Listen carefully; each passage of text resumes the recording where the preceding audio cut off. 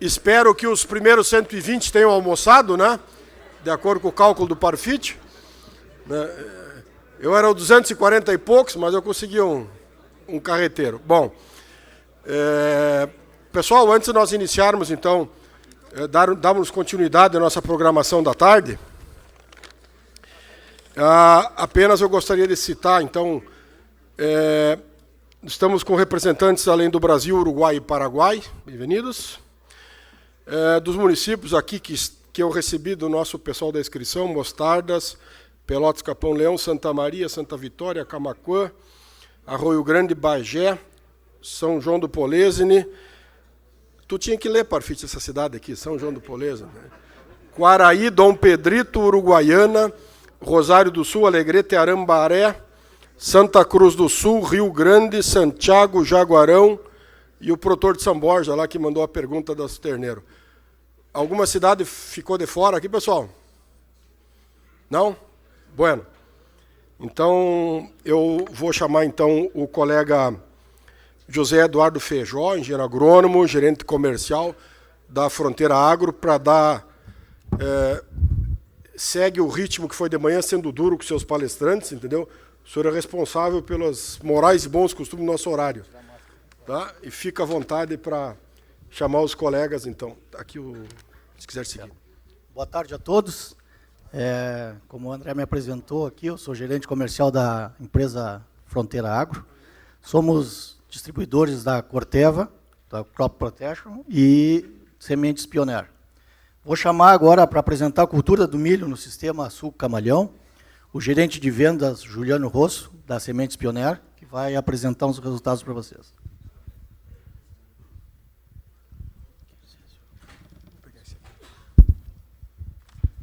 Vou me posicionar aqui, então, que nem o Guilherme Cassol. Boa tarde a todos. Primeiramente, agradecer a oportunidade da gente estar participando por 2 anos aí dentro desse projeto, Projeto Sulco. Tem uma importância muito grande, né, para a metade sul. A gente sempre olha, né, a diversificação de culturas, onde o agricultor ele consegue ter mais escolhas, né, ele tem mais opções para ele tornar o negócio dele cada vez mais rentável. E sem falar, né, o que foi comentado antes, toda a oportunidade que a gente tem de deixar o nosso solo protegido, ainda melhor, o fato de você estar proporcionando o cultivo de diferentes culturas. Deixa eu só pegar aqui o controle. Nós temos dois momentos aqui, e... Não, tá ligado.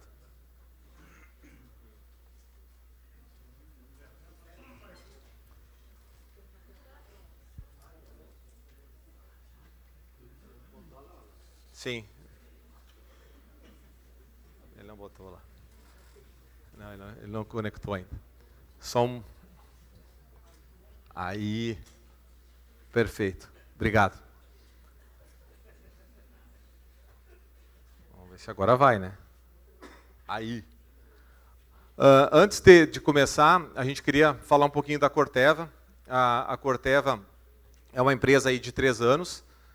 Mas é uma empresa que ela tem uma história muito grande, principalmente pelas suas legadas, que são essas 3 empresas aqui. São empresas de mais de 200 anos, falando de Indal e falando de Dupont.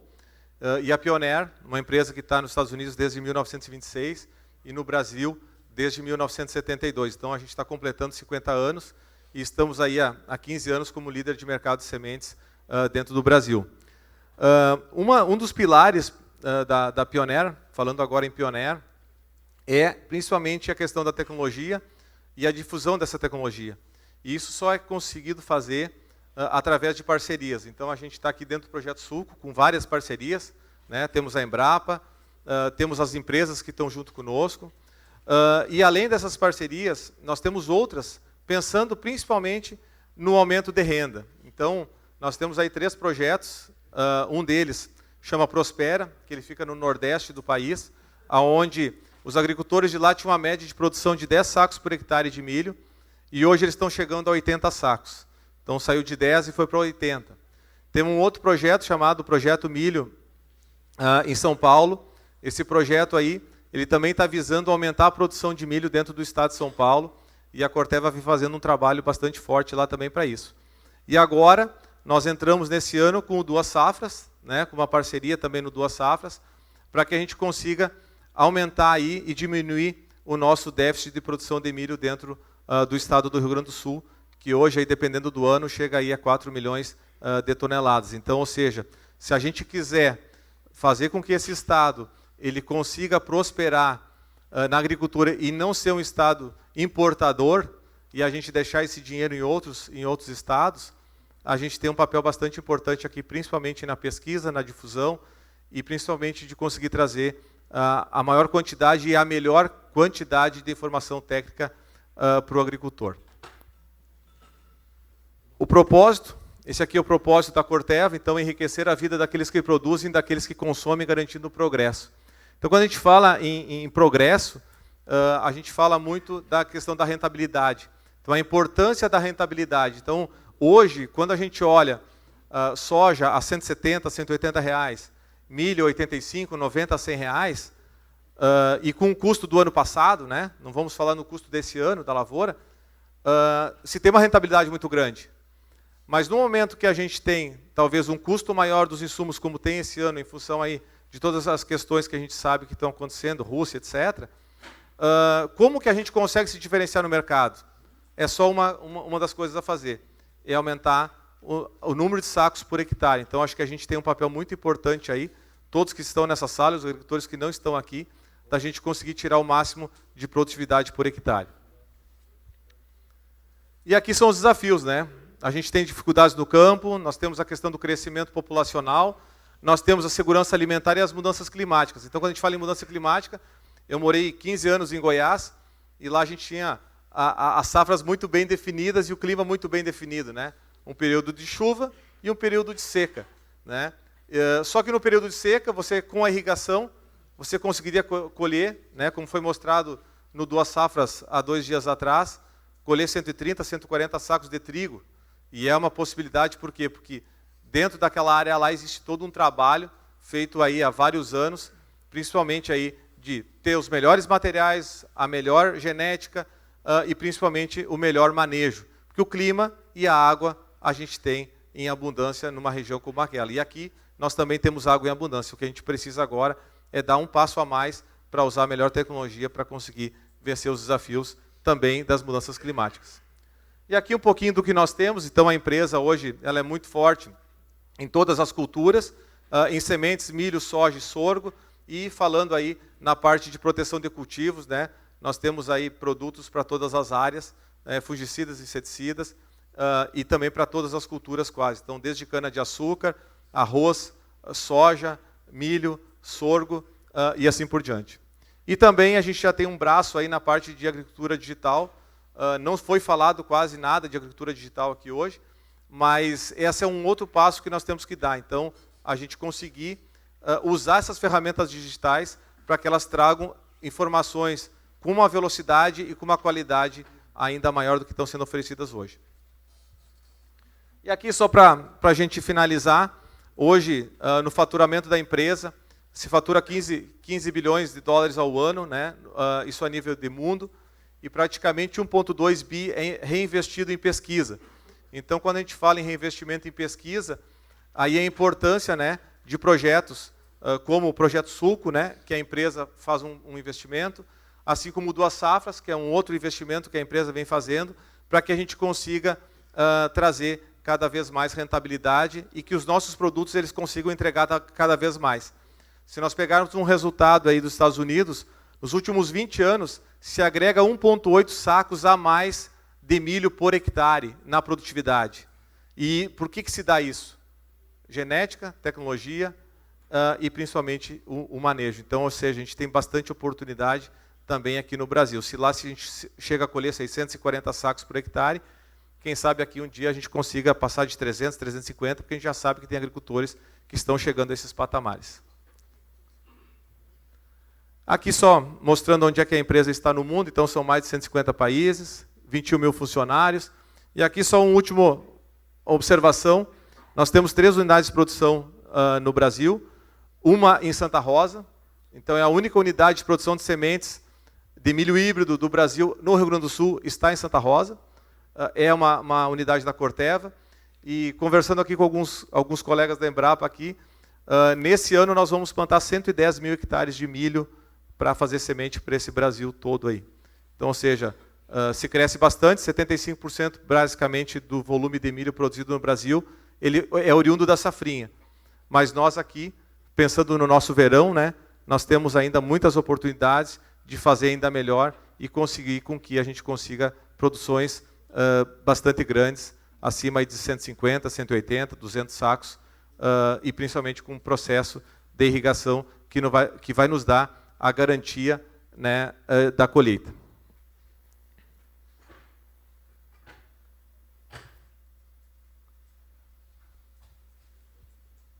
Feito. Obrigado, pessoal. Agora eu vou deixar com o nosso colega aqui do lado, vou deixar o Chiru das Fala aqui. Obrigado. Pessoal, nós vamos deixar as perguntas para depois da apresentação do Fábio. E de imediato eu chamo o Fábio Freitas, que é o representante comercial da Pioneer na região aqui.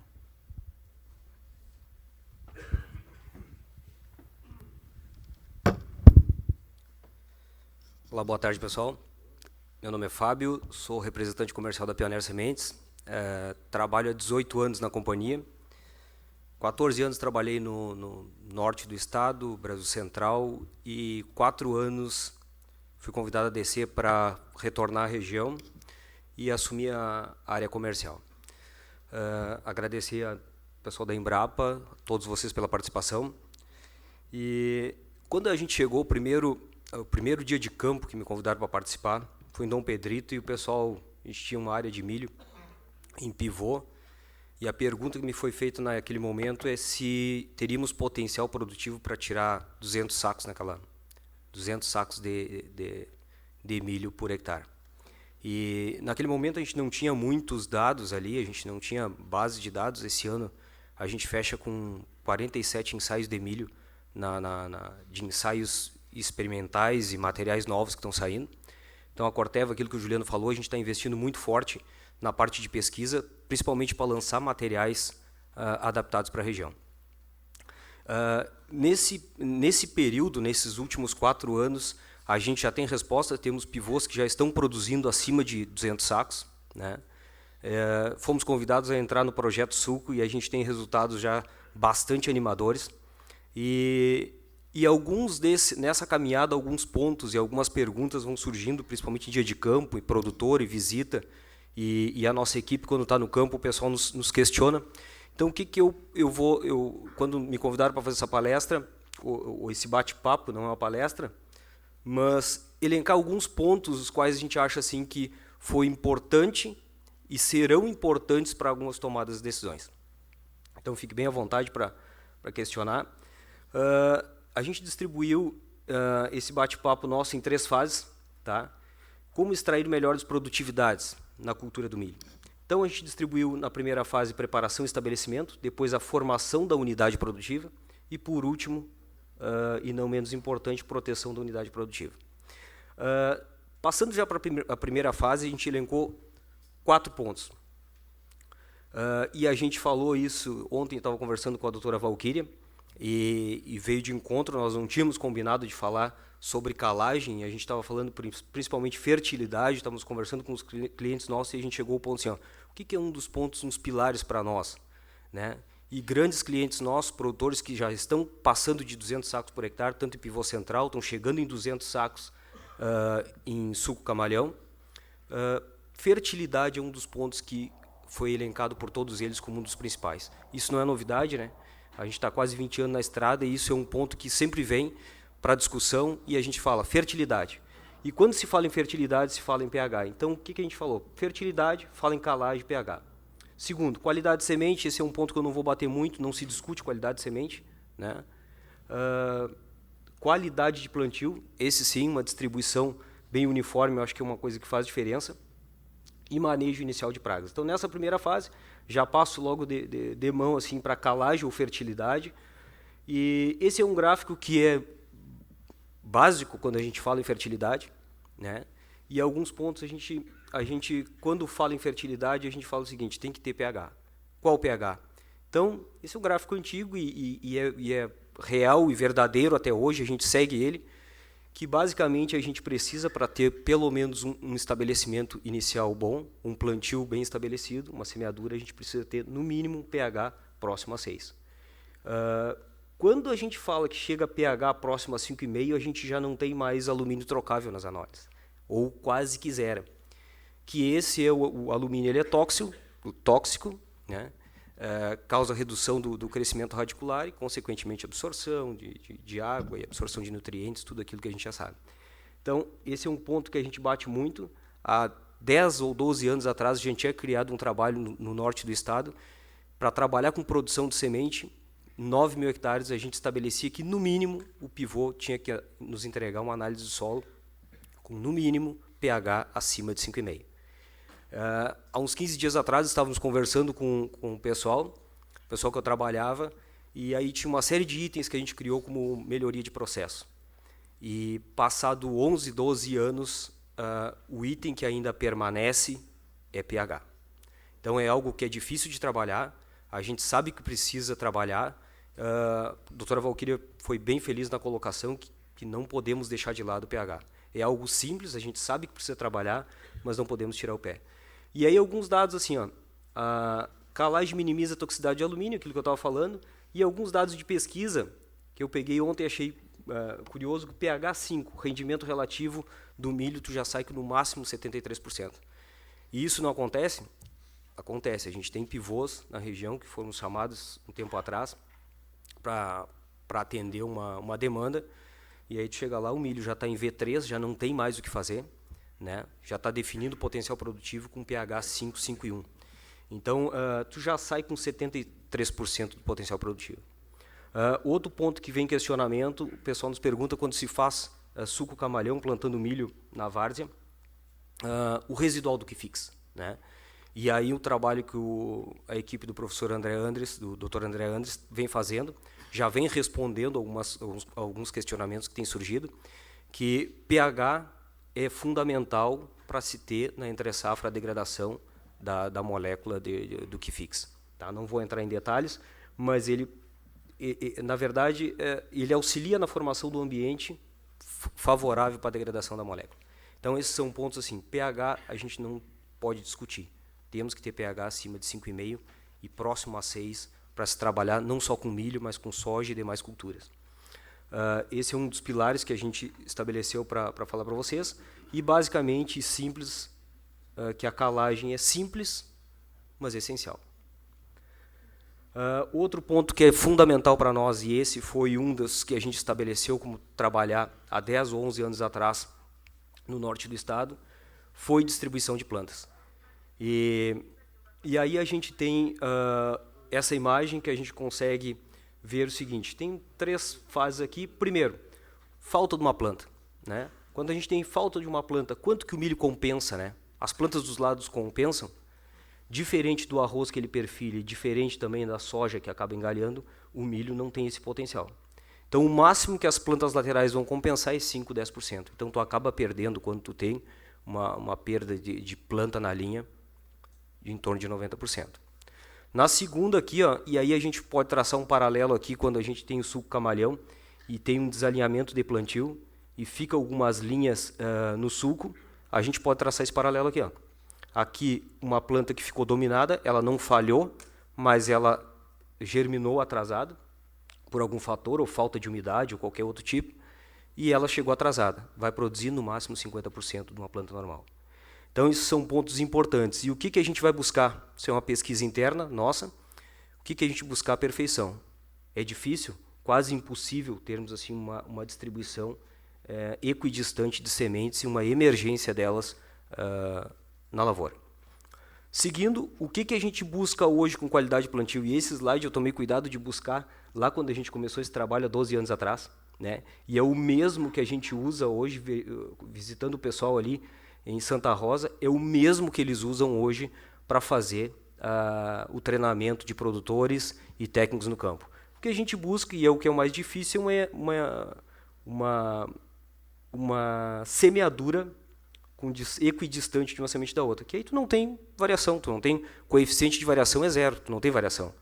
Hoje, dados de pesquisa, não vou entrar em detalhes, mas sinalizam que, e esses dados a gente tem interno nosso, que até 25% de variação, 25% de coeficiente de variação, que é essa distância aqui, tem algumas diferenças, umas com 15, outras com 20, ainda é tolerado e não tem perdas significativas. A partir daí, a cada 10% que tu tem de incremento do coeficiente de variação, tu já começa a perder 2, 3 sacos por hectare.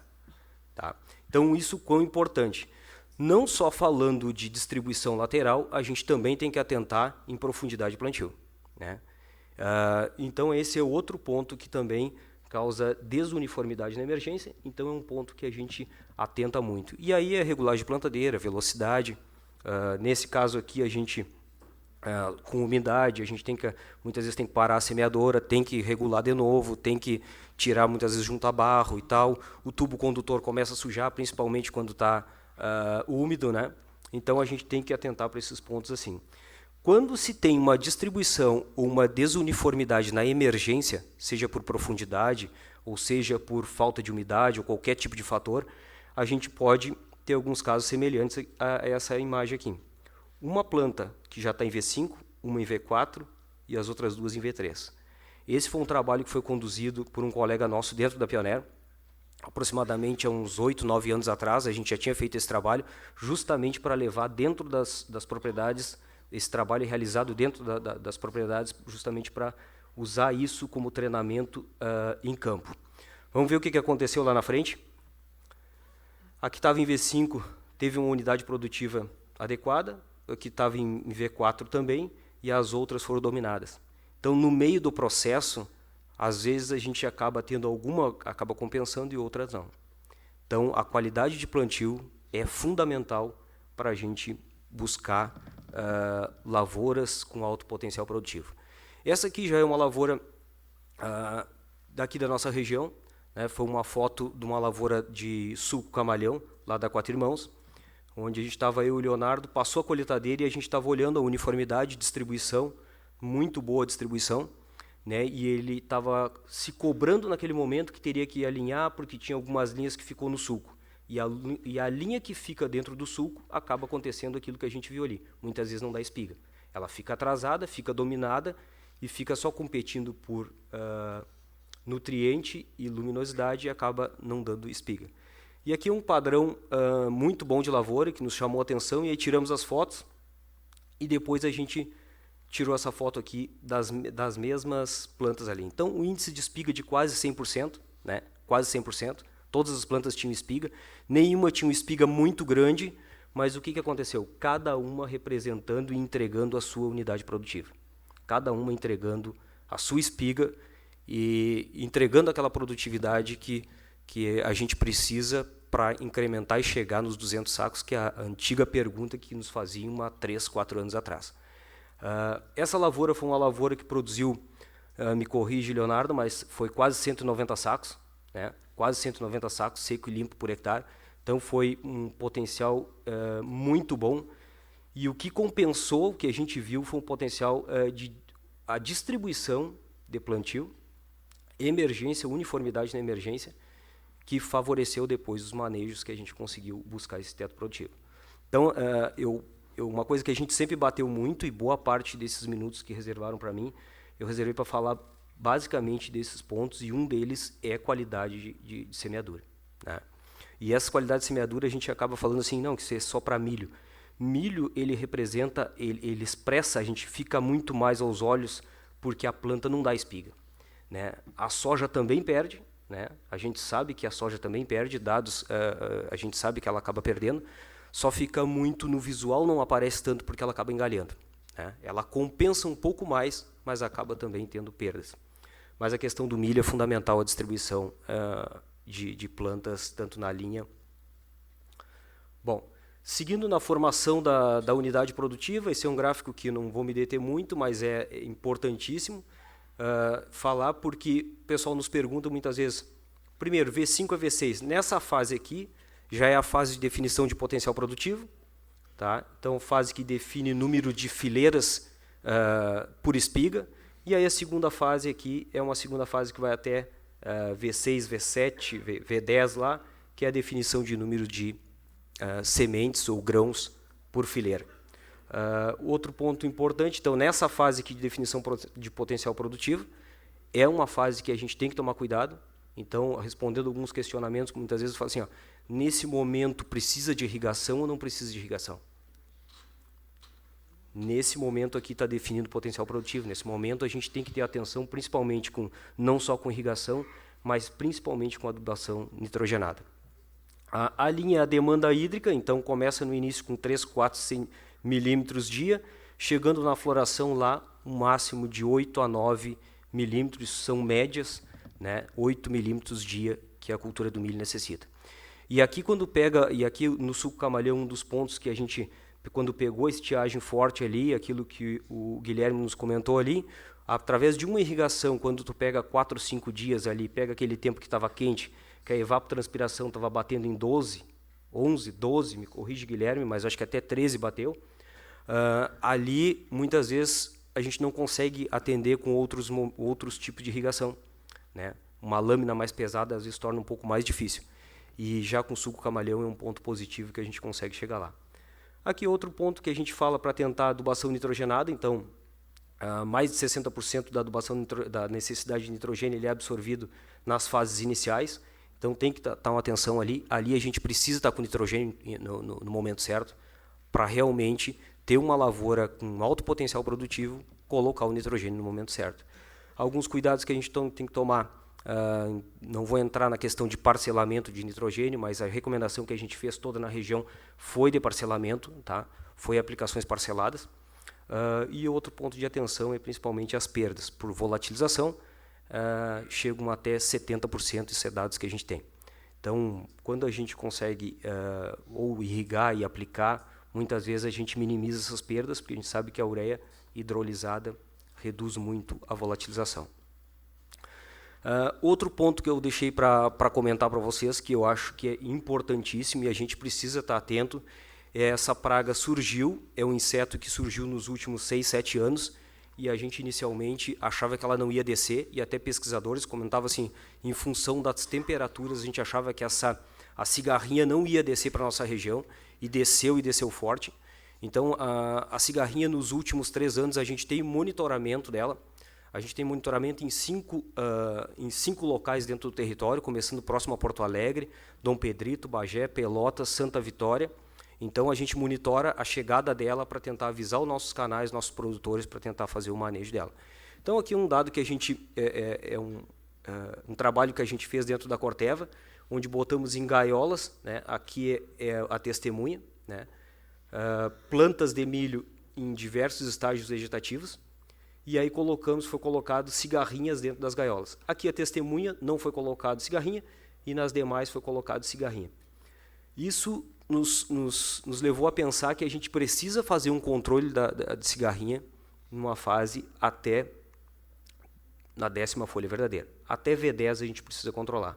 A partir dali, já os danos já não são tão fortes. Então, isso é um ponto que a gente bate forte, a gente fala porque o efeito dela de perda é violento. A gente atendeu as lavouras com ataque de cigarrinha aí, com perdas de quase 100%. E é isso que a gente vê mesmo, que é lavouras que tombada, muitas vezes nem forma espiga. Tá? Então, esse é um ponto que a gente alerta. Janela de plantio, então quais as soluções? O que o pessoal faz? O que a gente vai fazer? A cigarrinha está descendo. Nos últimos anos, no nosso monitoramento, a gente percebeu que ela desceu no mês de dezembro, ela começou a chegar aqui. Pode mudar? Pode, mas nos 2 últimos anos ela chegou na nossa região, no extremo sul, em dezembro. A partir do 15 de dezembro ela começou a bater nas iscas e a gente teve que entrar com controle químico. Então, na abertura, bastante difícil, né? Então, na abertura a gente não teve incidência dela, né? Pelo menos falo isso na nossa região, o entorno de Pelotas aqui. E aí quando fecha lá, quando ir lá em plantios em direção a dezembro, aí a gente tem que tomar um pouco mais de cuidado. E aí tem que selecionar, tem que fazer controle químico, tem que fazer o controle biológico, independente do que vocês, consultor, ou o que vocês definirem de fazer, mas não vão fugir da gente ter que fazer um controle de cigarrinha na fase final. Ou selecionar um material que é um pouco mais tolerante. Isso é um conjunto de ações que a gente precisa tomar para nos proteger. Para finalizar, depois que a gente fez tudo, chegou na unidade produtiva, plantamos certo, teve uma emergência interessante. Na fase final, um ponto que a gente está preconizando é controle, é proteger essa unidade produtiva, e a gente protege principalmente se é ataque de insetos, tem que fazer o controle químico, que eu estava falando agora da cigarrinha. Nessa fase aqui não há mais problema de cigarrinha, mas nessa fase aqui a gente toma cuidado de fazer controle com fungicida. Então, controle de doenças de final de ciclo é uma coisa que a gente está batendo muito forte e está fazendo, preconizando no mínimo 2 aplicações. Tá? Como considerações finais, a gente elencou nesses 3, 4 anos com os produtores que a gente vem trabalhando e com consultores e vem trabalhando assim, quais os pontos que a gente precisa trabalhar que seriam essenciais hoje que a gente não pode vacilar. E aí alguns pontos, calagem, qualidade de semeadura, população, época de semeadura, controle de insetos, rotação, arroz, soja, milho, como é que a gente vai trabalhar. Então, essa série de pontos assim que a gente trabalhou, e isso aperta o sapato para cada propriedade. Basicamente, o que a gente define é a questão de gestão, e cada produtor ou cada propriedade a gente vai ter alguma dificuldade, daqui um pouco algum vai ser um pouco mais na irrigação, outro vai ser na semeadura. O que a gente tem que tomar como base, e é isso que a gente tem feito quando o pessoal me chama para tentar falar sobre plantio de milho, quero começar a plantar milho, uma coisa que a gente tem que preconizar é que a importância da lavoura de milho, ela não pode ficar em segundo plano. Ela tem que ter a mesma importância que a gente dá para a soja ou que a gente dá para o arroz. No momento que a gente deixar a lavoura em segundo plano, ou ela vai ser colhida depois daquele ali, ou a gente vai fazer um manejo fúngico depois do arroz, ela já começa, ou a gente estabelece muitas vezes assim, eu vou começar a plantar o milho para combater o arroz vermelho. Isso é um ponto que é uma consequência, né? Entrar com o milho para combater o arroz vermelho, eu acho que não é o ponto. A gente tem que entrar com o milho na propriedade para ganhar dinheiro. E a consequência talvez vai ser o controle do arroz vermelho. E eu acho que todas as propriedades que a gente conseguiu fazer isso aí, a gente está tendo sucesso. Hoje a gente tem lavouras, não é uma nem duas, já temos várias lavouras com produtividades acima de 180 sacos em suco camalhão. Não tenho dúvidas que logo em seguida a gente vai chegar em produtividade de 200 sacos, respondendo aquilo que nos questionavam há 3, 4 anos atrás, se a gente conseguiria chegar na região com produtividade de 200 sacos em pivô, e eu acho que hoje a gente tem condições de dizer que estamos muito próximos de chegar em 200 sacos por hectare em suco camalhão. Agradeço, então, a oportunidade de vir aqui conversar com vocês e me coloco totalmente à disposição. Obrigado, Fábio. Eu vou abrir para perguntas, nós temos 5 minutos. Quem tiver algum questionamento, tanto para o Juliano quanto para o Fábio, levante a mão aí que a gente alcança o microfone.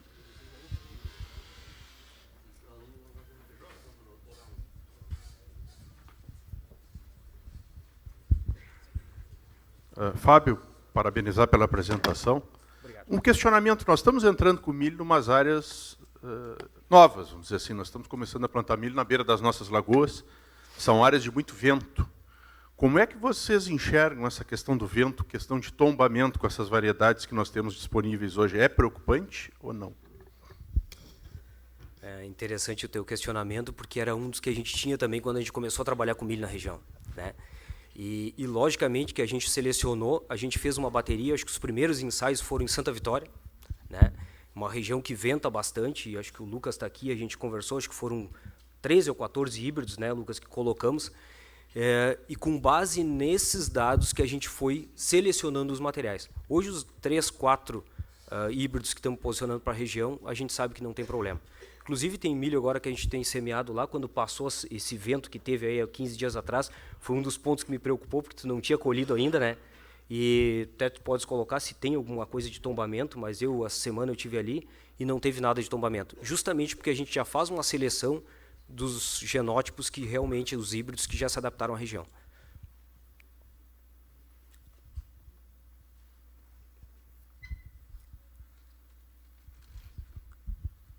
Alguma outra pergunta? Temos tempo ainda. o Fábio conseguiu o inédito, né, Juliano? Conseguiu fazer dentro do tempo. Parabéns, Fábio. Obrigado. Pessoal, já que não tem pergunta, eu gostaria de direcionar uma pergunta ao Fábio e ao Juliano com relação à densidade de semeadura na nossa região e época de plantio dos materiais no sistema suco-camalhão. Essa pergunta ela vem seguido, sabe? Nos dias de campo, o pessoal quer saber a população. Por quê? Porque logo no começo, quando a gente começou os primeiros ensaios, o Lucas deve lembrar disso aí, que a gente tinha um ensaio lá e a gente preconizou de colocar 65 mil plantas, né? E naquele momento, teve gente lá falando, não, mas os caras estão loucos, tem que começar com 80 e poucas mil plantas. E aí a gente foi lá, andou na lavoura e a gente falou o seguinte, 80 e poucas mil plantas para uma região de Santa Vitória, com base em que dado científico ele tirou que a gente poderia entrar com 80 mil plantas, né? Foi esse meu questionamento naquele momento. Porque nesse tempo todo que a gente trabalhou, e os outros 14 anos que trabalhei, foi em departamento técnico de produção, e a gente não recomendava o posicionamento de um material sem antes ter a densidade populacional dele para a região que ele ia ser posicionado. Então, respondendo essa pergunta, assim, ó, a densidade populacional, época de plantio, vamos por partes, assim, ó, no momento que a gente for definir a época de plantio, para milho, quem planta arroz, fica um pouco mais fácil a gente perguntar qual é o arroz que mais produz, o plantado no cedo ou plantado no tarde? Plantado início de setembro, ou meio de setembro, ou plantio final de novembro? E nos dias de campo tem me respondido que o plantio, que os melhores produtividades não são os mais bonitos são de final de novembro, mas as maiores produtividades são de setembro, não é isso? Tem visto o pessoal. Então, isso aí é radiação, né? Isso aí, na verdade, tem luminosidade. Então, isso é muito parecido para a cultura do milho, muito parecido. Tá? As maiores produtividades a gente vai ter um pouco mais cedo, e no tarde a gente vai perdendo um pouco mais o potencial produtivo. Olha o que eu estou dizendo, que não é proibido plantar em dezembro. Tá? A gente já plantou em final de outubro, final de novembro, em pivô central ali em Bagé, e a gente bateu quase 200 sacos. Tá? Agora a gente tem um potencial produtivo muito maior de plantios um pouco mais no cedo. Tá? Época de plantio é isso aí. Densidade populacional. A densidade populacional a gente vai estabelecer com base no investimento que tu tem. Né? Então, se tu tiver um investimento alto, tu tiver um pH, a gente definiu isso aí essa semana, num cliente ali que vai plantar um milho num pivô aqui na região. E aí a gente foi estabelecendo a população que a gente ia colocar na área dele, porque a gente tem ensaios já. A gente tem ensaios, inclusive lá com o Lucas, que a gente já tem, iniciamos com população e quebrou a curva com 70 mil plantas, e isso é pouco, né? 67 mil plantas, 70 e poucas mil sementes, e hoje a gente já tem dado com maior fertilidade de chegar próximo a 80, 85. Então, a definição da população que tu vai utilizar é definida muito pelo investimento que tu tem, nível tecnológico. Híbrido de alto investimento, tu vai ter um pH ajustado, tem um pH acima de 5,5, 6, tu já pode trabalhar com populações maiores. E um dos pontos que um trabalho que a Embrapa publicou, um dos pontos que eles falam, é irrigação. Tu tem irrigação, tem um solo bem corrigido, vai trabalhar com genética de alto investimento, vai trabalhar com adubação mais pesada, tu pode trabalhar com populações de 80, 80 e poucas mil plantas, né? Para aquela região que a gente está atuando aqui.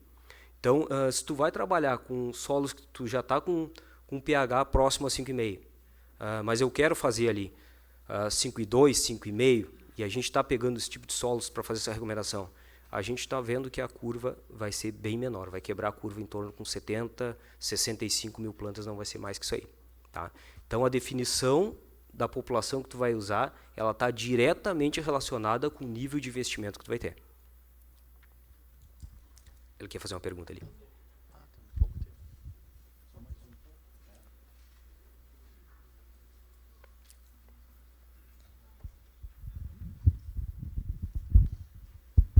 Estevão, Uruguaiana. A minha pergunta é sobre rotação. Na nossa empresa a gente tem um pivô e ele foi colocado para produzir comida.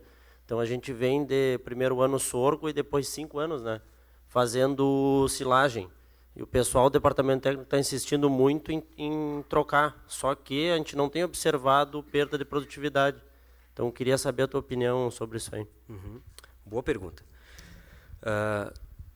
Primeiro, tá? A gente produzia semente, tá? E a gente preconizava que no máximo 2 anos a gente plantava de milho e depois rotacionava com soja, né? Rotacionava com soja, porque a gente sabe, hoje a gente fala o seguinte, suco camaleão, vou fazer uma analogia, um paralelo. O suco camaleão a gente vai trabalhar com ele só pós-arroz, né? Porque propósito daqui a pouco limpar e matar o arroz vermelho e tal. E aí a gente está perdendo muitas vezes a rotação com a soja, né? E a gente teve esse ano rotação com soja e batemos 180 sacos por hectare. E os dados nos sinalizam que quando tu faz uma rotação com soja, só tirando que os benefícios de doença de solo, esse tipo de coisa, que eu acho que vai ser o ganho depois de 5 anos, no momento que tu fazer uma soja, no outro ano tu vai ver esse benefício no milho, o retorno também de 5, 10% de produtividade, de incremento tu vai ter no milho. Tu aproveita, tu fazendo um ano de soja, tu aproveita, e hoje os dados nos mostram que a fixação de nitrogênio, uma cultura de soja em torno de 40 pontos, me corrija os professores de fertilidade, mas em torno de 40 a 45 pontos de N. 45 pontos de N, isso dá em torno de 100 quilos de ureia, né? Então isso é um baita resultado, além de tu ter uma melhora na tua sanidade depois quando tu voltar com milho. Isso é dados que a gente tinha de vários anos, mais de 10, 15 anos, tá? Agora, por que tu não está tendo queda de produtividade? Porque tu tem um manejo bastante afinado, né? A gente plantava até 3 anos, muitas vezes, em alguns produtores, a gente plantava até 3 anos, repetia milho, porque a gente sabia qual o produtor que a gente poderia fazer. Alguns produtores a gente não conseguia fazer isso aí, mesmo o produtor de pivô, tá? Agora, como tu está tendo 5 anos sem queda de produtividade, certamente tu está fazendo 2 ou 3 de fungicida, tu está plantando na época certa, está fazendo tratamento de semente, está fazendo uma série de manejos, fertilidade alta, pesada, mesmo tu tendo bastante extração com silagem, tu deve ter um manejo bastante afinado para não deixar cair essa produção. Não sei se respondi ao questionamento.